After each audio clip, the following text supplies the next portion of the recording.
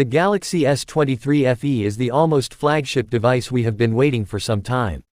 Samsung launched the first Fan Edition model, the Galaxy S21 FE, in early 2022, and if the leaks are to be believed, the S23 FE will debut as early as next month.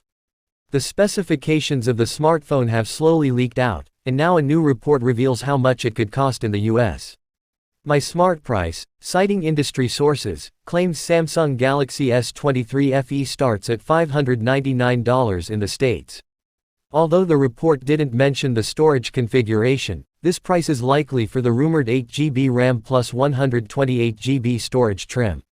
For comparison, the unlocked Galaxy S21 FE costs the same in the US, while the Pixel 7a starts at $499, and the Galaxy A54 can be grabbed at $450.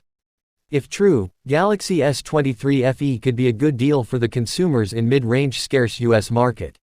To give you an idea, the Fan Edition model is rumored to sport a 6.4-inch AMOLED display that has a full HD Plus resolution and 120Hz refresh rate.